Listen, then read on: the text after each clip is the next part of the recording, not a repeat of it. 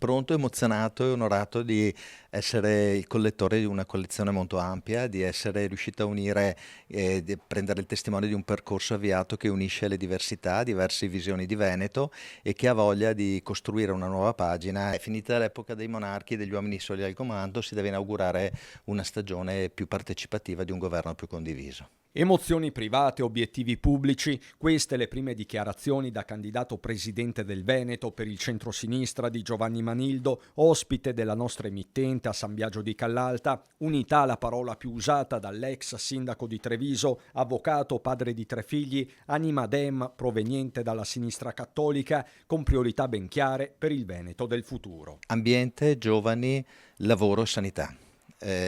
Giovani, dobbiamo dare dei motivi perché i ragazzi rimangano qui in Veneto e siano orgogliosi e felici e con una prospettiva qui in Veneto.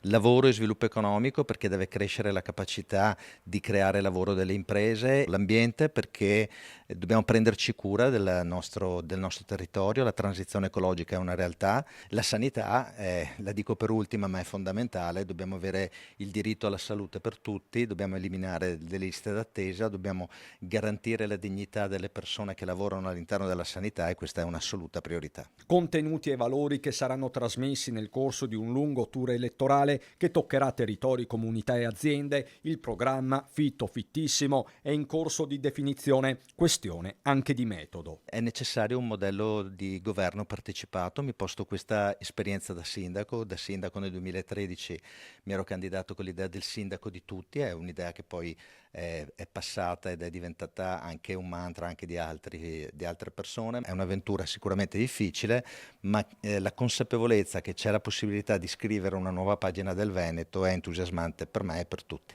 Quindi lei è stato il sindaco di tutti e lei sarà il presidente di tutti. Beh, questo è l'auspicio ed è anche una ferma volontà. Insomma, lo slogan c'è già, restano da recuperare in termini di visibilità quasi 7 anni di assenza dal proscenio della politica attiva, ma l'ex primo cittadino trevigiano sembra non coltivare particolari ansie. Penso che non sia stato tempo perso, il tempo sono tornato a fare il mio lavoro come avvocato, ho avuto la fortuna di occuparmi di temi importanti per la comunità, la costruzione di comunità energetiche, quindi progetti di innovazione sociale e ambientale.